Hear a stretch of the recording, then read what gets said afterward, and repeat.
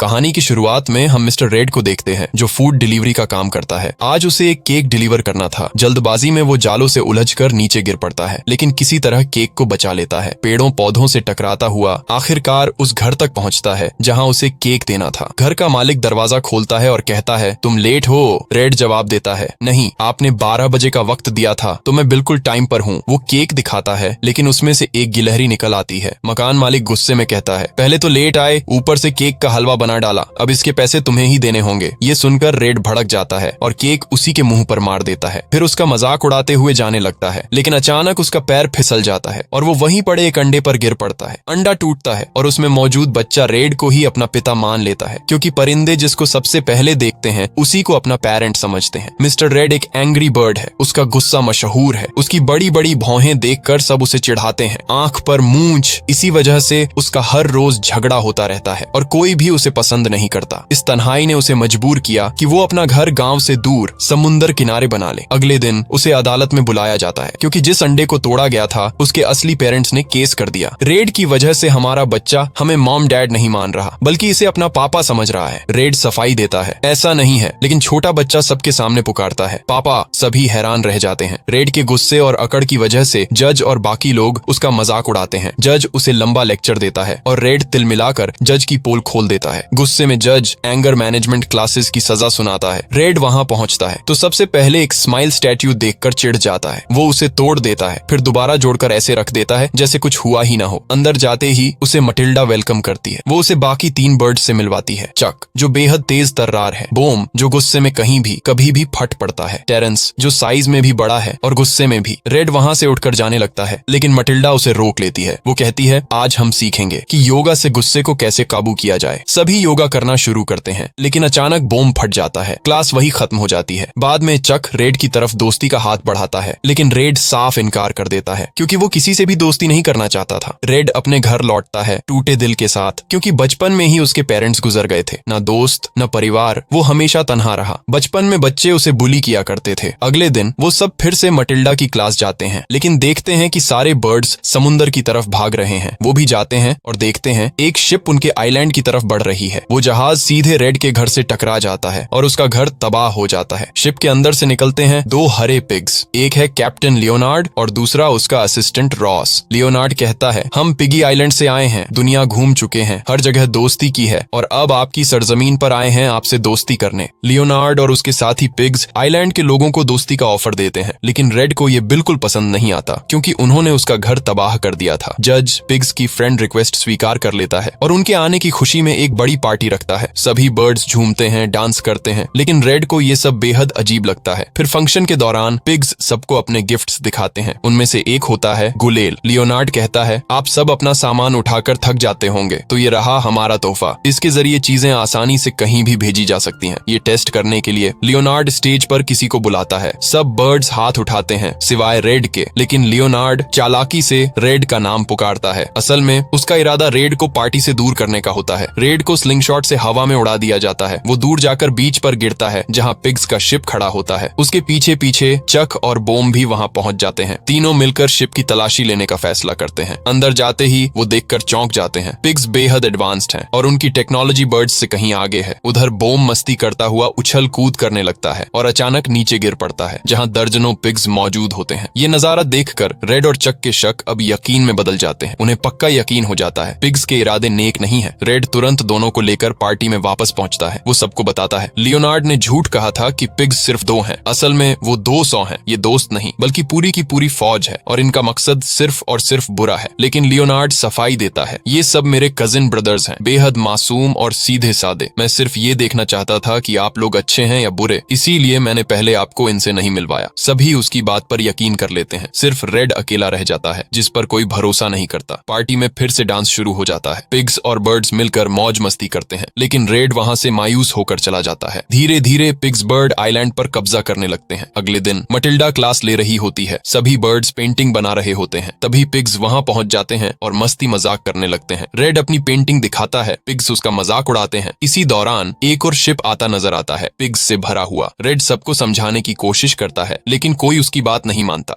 Red सोचता है अब इस आइलैंड को पिग्स से कैसे बचाया जाए और उसे याद आता है सिर्फ एक नाम, माइटी ईगल, जिसे ईगल बाबा भी कहा जाता है। रेड चक और बम से कहता है हमें माइटी ईगल की मदद लेनी होगी। तीनों साथ निकल पड़ते हैं। काफी मुश्किलों के बाद वो एक पहाड़ की चोटी पर पहुंचते हैं जहां एक तालाब और एक विशाल घोंसला होता है, लेकिन वो खाली होता है। बम और चक तालाब में मस्ती करने लगते हैं। उसी वक्त रेड को किसी के आने की आहट मिलती है। वो सब छिप जाते हैं और फिर गुफा से बाहर आता है माइटी ईगल। वो तालाब के पास जाता है और वहीं पेशाब कर देता है। चक और बम दंग रह जाते हैं क्योंकि वो उसी पानी को पी चुके थे। माइटी ईगल भारी भरकम और कुछ अजीब सा दिखाई देता है। वो उनकी आवाज सुन लेता है और उन्हें गुफा के अंदर ले जाता है। वो अपना कमरा दिखाता है जहां उसके पोस्टर्स और ट्रॉफीज टंगे हैं। वो नाचता है, गाता है और बस अपनी ही दुनिया में खोया रहता है। ये देखकर रेड कहता है थोड़ा सा सठिया गया है लेकिन मदद तो करेगा। उधर दूसरी तरफ पिग्स धीरे धीरे पूरे आइलैंड पर कब्जा जमा रहे होते हैं। माइटी ईगल अपने टेलीस्कोप से एक बूढ़ी बर्ड को देख रहा होता है। तभी रेड आ जाता है। रेड टेलीस्कोप से देखता है पिग्स बर्ड्स के अंडे चुरा रहे हैं और पूरे आइलैंड पर बम बिछा रहे हैं। ये सब देखकर रेड बेचैन हो जाता है। वो माइटी ईगल से कहता है हमें तुम्हारी जरूरत है, चलो हमारे साथ। लेकिन माइटी ईगल साफ इनकार कर देता है। वो कहता है मैं अब रिटायर हो चुका हूँ और वापस अपनी गुफा की तरफ लौटने लगता है। रेड गहरी सांस लेकर कहता है आप मेरे हीरो थे। बचपन से मुझे लगता था कि जब तक आप हमारे साथ हैं हमारे साथ कभी कुछ बुरा नहीं हो सकता, और आज जब हम इतनी बड़ी मुसीबत में हैं तो आप मदद से इनकार कर रहे हैं। हमारे लिए इससे ज्यादा डरावना और कुछ भी नहीं हो सकता। आप अकेले बर्ड हैं जो उड़ सकते हैं और आप ही उड़ने से डर रहे हैं। गुस्से में रेड कहता है बहुत बड़ी भूल की हमने, जो आपको हीरो समझा। वो चक और बम को साथ लेकर आइलैंड के लिए निकल पड़ता है। उधर आइलैंड में पिग्स ने बर्ड्स को एक पार्टी में बिजी कर रखा था, जबकि पीछे पीछे वो उनके अंडे चुरा रहे थे। चक दौड़ कर आता है और पार्टी रोकने के लिए चिल्लाता है, लेकिन कोई उसकी बात नहीं सुनता। उधर पिग्स अंडों को शिप में भरकर ले जाते हैं। रेड और बम उन्हें रोकने की कोशिश करते हैं लेकिन नाकाम रहते हैं। जाते जाते पिग्स उनका आइलैंड भी ब्लास्ट कर देते हैं। अगली सुबह सारे बर्ड्स तबाही देखकर दुखी हो जाते हैं। सब रेड के पास आते हैं। जज भी उसके पास आकर कहता है तुम हमें बार बार समझाते रहे लेकिन हमने तुम्हारी एक न सुनी, माफ करना। और अब सब मिलकर रेड को अपना लीडर बना देते हैं। रेड कहता है हम अपने अंडे वापस लाएंगे। सभी पूछते हैं कैसे? चक मजाक में कहता है लेडीज तैयार हो जाओ, हम नए अंडे पैदा करेंगे। लेकिन रेड कहता है हम बर्ड्स हैं, डायनासोर की औलाद, गुस्सा हमारे खून में है। ये सुनकर सब बर्ड्स में जोश भर जाता है और अब सब मिलकर अंडों को वापस लाने का प्लान बनाते हैं। वो तैरने वाली चीजें इकट्ठी करके एक शिप तैयार करते हैं। उसमें गुलेल और सारे हथियार भी रख लेते हैं और निकल पड़ते हैं पिग्स से अपने अंडे वापस लेने। दूसरी तरफ पिग्स बेहद खुश हैं क्योंकि अब उनके पास ढेर सारे अंडे हैं। लियोनार्ड जो उनका किंग है घोषणा करता है परसों हमारे महल में शाही दावत होगी और सबको मिलेगा स्पेशल ऑमलेट। इधर बर्ड्स पिग आइलैंड पहुंचते हैं लेकिन महल बहुत दूर होता है। उस तक पहुंचना नामुमकिन सा लगता है। रेड कहता है हम उड़कर जाएंगे। वो गुलेल लगाते हैं और एक एक करके बर्ड्स महल तक पहुंचते हैं। सबसे पहले मटिल्डा जाती है और धमाका करती है। फिर बाकी बर्ड्स पहुंचते हैं और धीरे धीरे पूरा शहर तबाह होने लगता है। ये सब देखकर लियोनार्ड चिल्लाता है आज ही सारे अंडे लंच में खाए जाएंगे। उधर रेड भी गुलेल की मदद से सीधा महल में पहुंच जाता है। उसके पीछे पीछे बोम और चक भी पहुंचते हैं। दूसरी तरफ माइटी ईगल गुफा में बैठा ये सब देख रहा होता है। बर्ड्स को लड़ते हुए देखकर उसके भीतर भी पुराना जोश जाग उठता है और वो उड़ने की कोशिश करता है। लियोनार्ड अपनी पिगी फौज को हुक्म देता है बर्ड्स पर हमला करो, ब्लास्ट करो। इधर टेरेंस भी गुलेल में बैठकर महल पहुंचने की कोशिश करता है लेकिन उसके वजन से गुलेल टूट जाता है। रेड, चक और बम अंडों को तलाशते हैं। तभी उन्हें एक कमरा नजर आता है। बाहर गार्ड्स तैनात हैं और दरवाजे पर लिखा है यहाँ अंडे नहीं है। रेड हंसकर कहता है इसका मतलब अंडे यही हैं। चक गार्ड्स का ध्यान भटकाता है। बाकी दोनों अंदर पहुंचते हैं। वो देखते हैं अंडों को एक बड़े जाल में भरकर उबालने के लिए ले जाया जा रहा है। रेड झटपट उस जाल से लटक जाता है। चक और बम भी उसके पीछे पहुंचते हैं। लियोनार्ड गुस्से से चिल्लाता है रेड को भी अंडों के साथ उबाल दो। रेड उबलते पानी में गिरने ही वाला होता है लेकिन वो अचानक हमला करता है। लियोनार्ड से रिमोट छीन लेता है। उसी वक्त माइटी ईगल वहां आ पहुंचता है। वो रेड, चक, बम और अंडों को उठाकर उड़ने लगता है। लियोनार्ड पीछे से रेड को पकड़ लेता है। उससे चिपक कर और सारे पिग्स भी लटक जाते हैं। एक लंबी सी चेन बन जाती है। इसी बीच एक अंडा नीचे गिर जाता है। उसे बचाने के लिए रेड बिना सोचे समझे नीचे कूद पड़ता है। सभी पिग्स नीचे गिर जाते हैं और उबलते पानी का टब भी लुढ़कने लगता है। रेड और लियोनार्ड ऊपर झूमर से लटक रहे होते हैं। दूसरी तरफ ईगल बाबा पर पिगी फोर्स हमला कर रही होती है। तभी बोम को एक आइडिया आता है। वो पिगी फोर्स के रास्ते में बैठकर अपने गुस्से को